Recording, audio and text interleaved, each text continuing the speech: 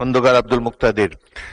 মাননীয় স্পিকার, বর্তমানে শিল্প মন্ত্রণালয়ের অধীনে বাংলাদেশ ক্ষুদ্র ও কুটির শিল্প কর্পোরেশন বিসিক কর্তৃক নরসিংদী জেলার বেলাবো ও রায়পুর উপজেলার 121 একর জমিতে বিসিকের একটি ইন্ডাস্ট্রিয়াল পার্ক স্থাপনের কার্যক্রম চলমান আছে।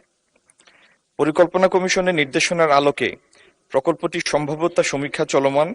সম্ভাব্যতা সমীক্ষা শেষে চূড়ান্ত প্রতিবেদন প্রাপ্তির পর ডিপিপি প্রণয়ন করা হবে।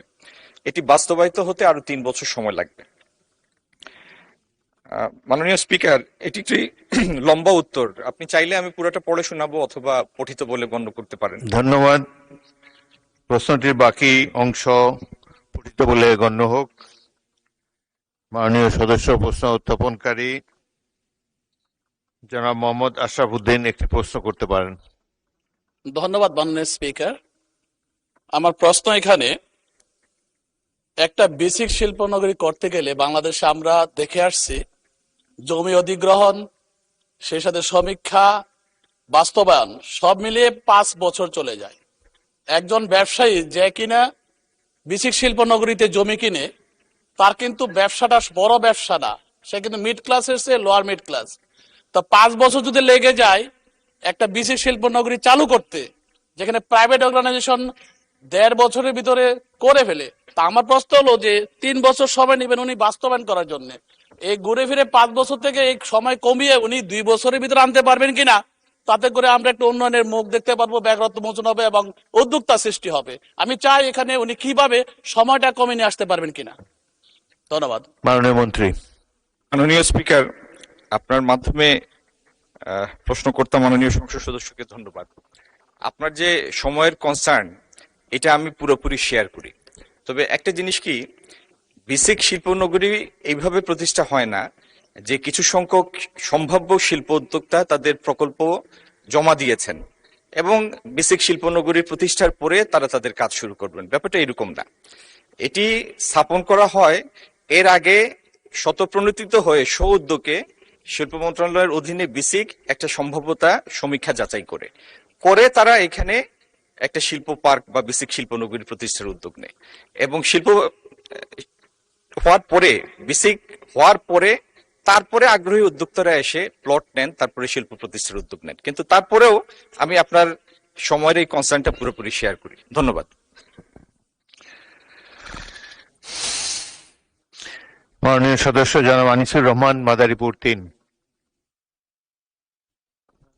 মাননীয় স্পিকার, আপনাকে ধন্যবাদ। আমার নির্বাচনী আসন মাদারীপুর 3। মাদারীপুর সদরে আমাদের একটি নতুন শিল্পনগরী গড়ে উঠেছে। সেখানে মাটি ভরাটের কাজ শেষ, জমি অধিগ্রহণ হয়েছে, কিন্তু শিল্প নগরী হিসাবে শিল্প উদ্যোক্তারা সেখানে যে শিল্প গড়ে তুলবে, যখন আমি দেখলাম দীর্ঘদিন পড়ে আছে, আমরা বুঝতে পারলাম সেই শিল্প প্লটগুলো প্রকৃত ব্যবসায়ীরা না পেয়ে কিছু অসাধু লোক সেখানে প্লটগুলো পেয়েছে। সেই ব্যাপারে আমার শিল্প মন্ত্রণালয়ের মন্ত্রীর কাছে আমার প্রশ্ন, একটি পদক্ষেপ নেবেন কিনা উনি। ধন্যবাদ মাননীয় স্পিকার। মাননীয় মন্ত্রী। মাননীয় স্পিকার, আপনার মাধ্যমে মাননীয় সংসদ সদস্যকে ধন্যবাদ। আমরা আপনার কাছ থেকে জানলাম মাদারীপুরে যে কটি প্লট বরাদ্দ হয়েছে একটি নির্দিষ্ট সময়ের মধ্যে শিল্প স্থাপন করে উৎপাদনে যাওয়ার কথা। তো যে সমস্ত জায়গায় ব্যত্যয় হয়েছে সেটা যদি সময় ইতিমধ্যে অতিক্রান্ত হয়ে থাকে, আমরা নিশ্চয়ই সে বিষয়ে ব্যবস্থা নিব। ধন্যবাদ মাননীয় স্পিকার। মাননীয় সদস্য আব্দুল মুন্তাকিম, নীলফামারী 4। ধন্যবাদ মাননীয় স্পিকার। আমার সৈয়দপুর এবং কিশোরগঞ্জে বেসিক শিল্পনগরী 1962 সালে স্থাপিত সম্ভবত। সেই বেসিক শিল্পনগরীতে এখন বর্তমানে 10 একর জমি আছে এবং প্লট আছে 50টি। ইতিমধ্যে আমি তাদের সাথে বসেছিলাম, সেখানে ব্যবসায়ী এবং শিল্প উদ্যোক্তা বৃন্দ বলেছেন যে আরো 100টি প্লট, আরো প্রায় 50 একর জমি যদি সেখানে দেওয়া যেত, বৃহত্তর রংপুরের শিল্প আমরা অনেক দূরে এগিয়ে নিতে পারতাম। এই ব্যাপারে মাননীয় শিল্পমন্ত্রীর দৃষ্টি আকর্ষণ করছি আপনার মাধ্যমে, সেখানে কোনো নতুন করে জমি অধিগ্রহণ এবং সেখানে নতুন শিল্প প্লট স্থাপনের পরিকল্পনা নেবেন কিনা? ধন্যবাদ মাননীয় স্পিকার। মাননীয় মন্ত্রী।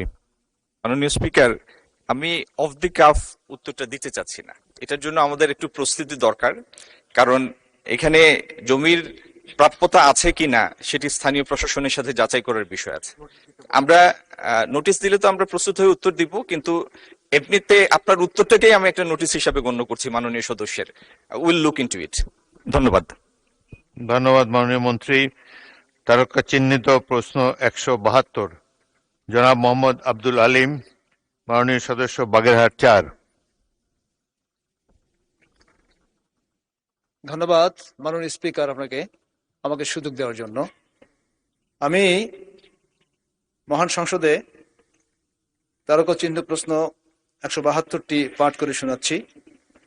আমার প্রশ্নটি বিদ্যুৎ, জ্বালানি ও খনিজ সম্পদ মন্ত্রী মহোদয়ের নিকট।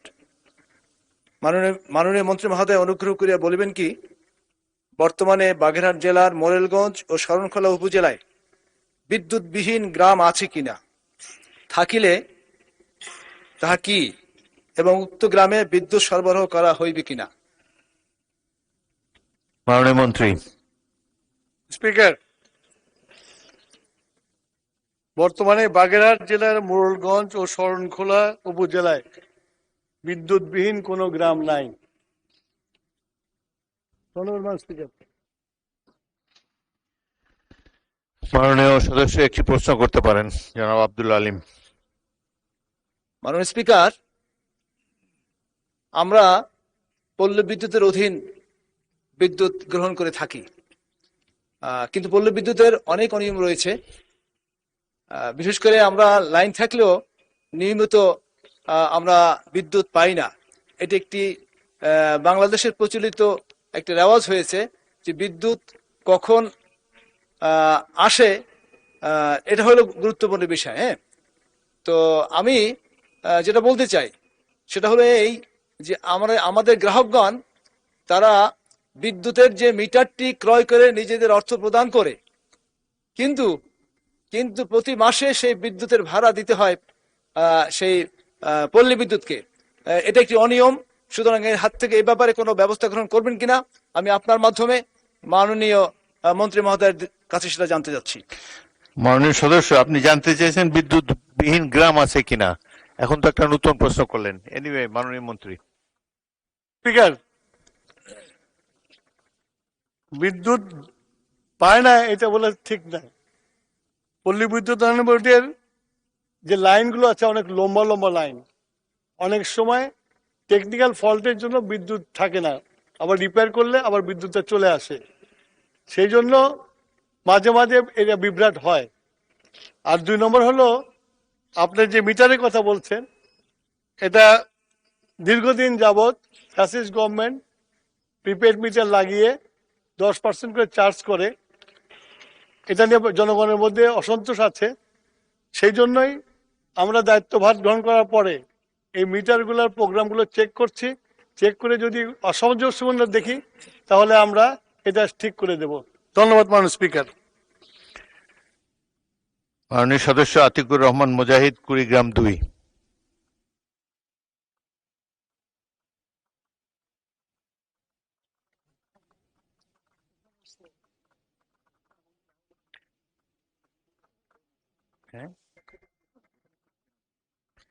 আপনারা আসনে যান। মাননীয় সদস্য ওখান থেকে প্রশ্ন করুন। মাননীয় স্পিকার, আপনাকে ধন্যবাদ। আমি একটা রিপোর্ট জাস্ট বলে আমার কোশ্চেনটা করতে চাই। আজকে আমার দেশে একটা রিপোর্ট হয়েছে, বিপিসি এবং কাস্টমের তথ্য অনুযায়ী ব্যাপক ফারাক। জ্বালানি মাননীয় সদস্য, সম্পূর্ণ প্রশ্ন মূল প্রশ্নের সাথে জ্বালানি সংকট সম্পর্কিত হতে হবে। জ্বালানি সংকট নিয়ে বলতেছি। এখানে জ্বালানি সংকট নিয়ে যেটা বলা হয়েছে, পত্রিকার নোটিশ পড়তে পারবেন না, আপনি মূল প্রশ্নটা করে ফেলেন। কোন এলাকায় জ্বালানি সংকট হয়েছে সেই সম্পর্কে মাননীয় মন্ত্রীর কাছ থেকে জেনে নেন, রিপোর্ট পড়ার দরকার নাই। আচ্ছা, যেটা হলো যে আমাদের ইস্টার্ন রিফাইনিং এ যে এখন সংকট দেখা দিয়েছে তেলের সংকটের অভাবে, যেটা তথ্য অনুযায়ী আগামী এই মে মাসের মধ্যেই আমাদের সব ফাঁকা হয়ে যাবে। সেক্ষেত্রে মন্ত্রী মহোদয় কি বলবেন যে কবে নাগাদ আমাদের যথেষ্ট পরিমাণ এই ক্রুড তেল আসবে, যেটা 65,000 ঘাটতি এবং রানিং যেটা আমরা প্রতিদিন দেখতে পাচ্ছি 1,80,000 দরকার, সেখানে মাত্র 60 থেকে 65,000 আসতেছে, যেটা রাষ্ট্রের সারা দেশেরই তেল এবং সংকট দেখা দিচ্ছে। Okay, ধন্যবাদ। এক্ষেত্রে উনি কিভাবে অ্যাড্রেস করবেন এবং ওনার তথ্যটার সাথে বর্তমান রিপোর্টের কোনো মিল নাই এবং ইন্ডিপেন্ডেন্ট রিপোর্ট অনুযায়ী বাংলাদেশ সবার আগে তেল সংকটের দেশ হিসাবে পড়বো, সেই জিনিসটা উনি কিভাবে অ্যাড্রেস করবেন? মাননীয় মন্ত্রী। মানে স্পিকার, ছিলাম বিদ্যুতে, এলাম তেলে। মানে স্পিকার, আপনার আমাদের দেশে পত্রিকায় রিপোর্ট আপনি যদি মনে করেন এটি সম্পূরক প্রশ্ন নয়, আপনি উত্তর নাও দিতে পারেন। আমি সম্পূর্ণ প্রশ্ন না, তারপর উত্তর দেবই।